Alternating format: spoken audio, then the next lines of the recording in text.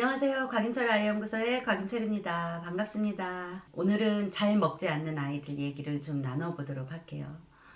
분유를 거부하거나 또 아니면 모유수유를 거부하거나 이유식을 거부하는 아기들이 좀 있습니다. 이렇게 먹는 것을 잘 먹지 않는 아이들을 둔 부모의 심정은 정말 많이 마음이 아플 거예요. 예전에 이제 우리 아들이 처음에 숫자를 배울 때 얘가 이제 9 그러면은 9 다음에 10 이거는 아는 거예요. 29 그럼 30도 알고, 그런데 99 그러면 그 다음에 100 이렇게 하면은 99 다음에 왜 100이 되는지 이해를 못하겠다 이렇게 얘기를 하는 거예요. 그래서 제가 설명을 했지요.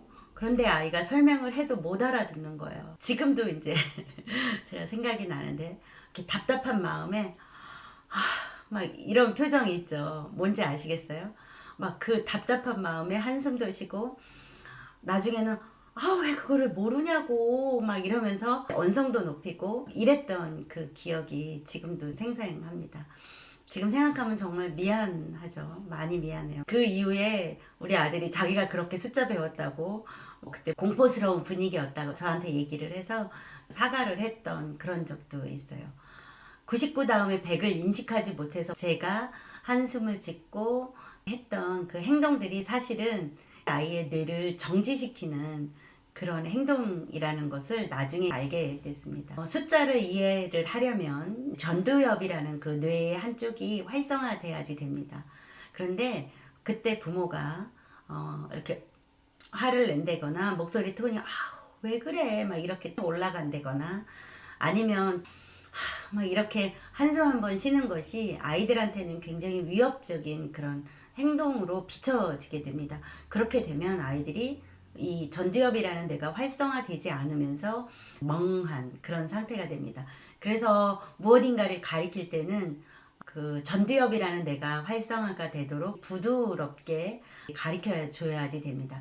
이와 마찬가지로 모유수유를 할 때, 분유수유를 할 때, 또 이유식을 먹을 때 아이가 준비가 될 때까지 기다려 주어야지 됩니다. 아직 준비가 안 된 아이들은 고개를 잘 움직이지 않고 입을 벌리지 않거든요. 입을 벌리지 않고 고개를 움직이지 않는 아기 입에다가 이 젖병을 이렇게 가만히 두면, 이렇게 가만히 두면 얘가 입을 달싹달싹 하다가 고개를 좀 움직이다가 이거를 이렇게 탁 물고 흡착을 해서 쭉 끌고 들어가는 어떤 행동을 합니다. 그런데 아이가 그런 행동을 하기도 전에 노크를 한다거나 아니면 애기 입에다가 벌써 이거를 이렇게 그냥 이렇게 넣는 거죠. 넣고 얘가 움직이지 않고 가만히 있으면 여기를 이렇게 친다거나 이거를 이렇게 막 돌린다거나 이런 행동들이 위협적인 행동으로 경험하게 됩니다. 너는 지금 안전하지 않은 상태다. 공격을 받았다. 이런 것을 경험하게 되는 그런 시간이 될 수도 있고요. 또 하나는 아기의 주도성을 인정하지 않는 그런 시간이 되기도 합니다. 그렇게 되면 그 심리적인 측면에서는 자기의 주도성이 손상되었기 때문에 내가 어떤 행동을 취해야 되는지를 잘 모르고 일단은 그냥 거부하는 그런 행동으로 이어지게 됩니다. 그래서 자기의 주도성을 존중받지 못한 경험이 쌓이면 수유를 거부하거나 이유식을 거부하는 그런 행동으로 이어지게 됩니다. 그래서 그런 경험이 쌓이지 않게 하기 위해서는 아기의 뇌를 살살 달래는 식으로 아이의 주도성을 인정을 해서 심리를 안정적인 상황으로 만들어주는 것이 좋습니다. 준비가 된 아기는 수유를 하려고 행동만 취해도 벌써 몸이 이렇게 앞으로 오게 되거든요. 아기 머리가 엄마 향해서 달려들듯이 움직이게 됩니다. 이런 행동은 이제 태어난 첫날부터도 볼 수 있거든요. 병원에서 태어나자마자 우유병 수유 전혀 하지 않고 모유수유를 시도를 해보면 욕구가 있는 아이들은 엄마 품으로 달려듭니다. 그리고 잘못 물리면 고개를 뒤로 빼기도 하고 다시 물기도 합니다. 그래서 엄마는 아기가 수유를 할 때 아기 마음을 볼 수 있어야지 됩니다. 수유 자세를 취해보면 아이가 먹고 싶은지 안 먹고 싶은지 벌써 몸으로 표현을 하거든요. 분유든 직수든 하는 행동은 동일하다 이렇게 할 수 있습니다. 분유를 먹이기 위해서 안아보면 눈이 반짝반짝 한다거나 벌써 행동이 들썩들썩 한다거나 고개가 하다못해 이렇게 있다가 요만큼이라도 오게 됩니다.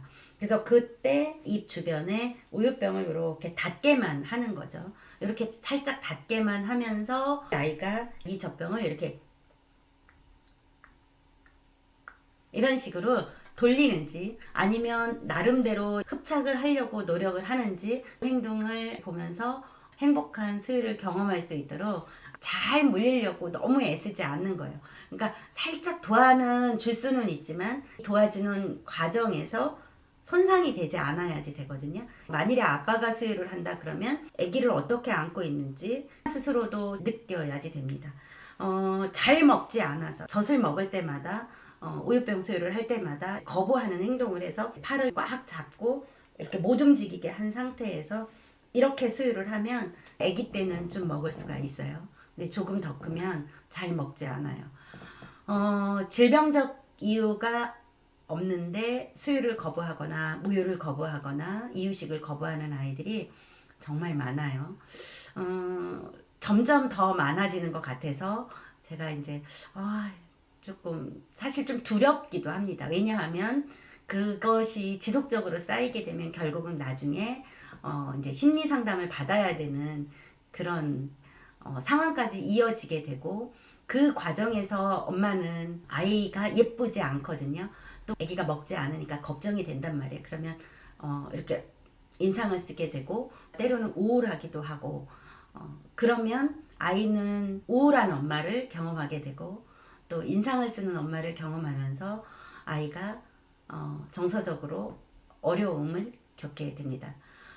엄마가 가진 불안이 혹은 아빠가 가진 두려움이 아이들에게 넘어갈 수 있거든요. 여러분들이 얼마나 사랑이 많고 좋은 사람인지 그리고 아기를 위해서 얼마나 많은 수고를 하는지 아기가 경험해야지 되거든요. 근데 그 경험을 하기 위해서 여러분들의 손끝에서 수유가 안정이 돼야 되고 모유 수유를 하려고 그러면 아기를 안고 있는 이쪽 팔, 그 다음에 이런 손, 아기하고 눈빛 교환 이런 것들이 모두 다 편안하게 이루어져야 됩니다. 이유식을 할 때도 마찬가지로 아기 입안에다가 먹는 것을 넣어주는 게 아니라 이렇게 먹을 것을 가지고 기다려 보면 아이가 그것을 먹을 건지 안 먹을 것인지 싫어하는지 행동을 아주 직접적으로 합니다. 그 행동을 보면서 아이의 마음을 볼 수 있는 부모가 되었으면 좋겠습니다. 즉 아이의 주도성을 인정하게 되면 아이의 뇌는 전두엽이 활성화됩니다. 그러면 아기도 편안하고 그 편안한 아기를 보는 엄마도 편안하게 양육을 하게 됩니다. 엄마가 얼마나 좋은 사람인지 아이가 경험했으면 좋겠습니다. 이거는 무의식으로 저장이 됩니다. 이것을 여러분들이 경험했으면 좋겠습니다. 감사합니다.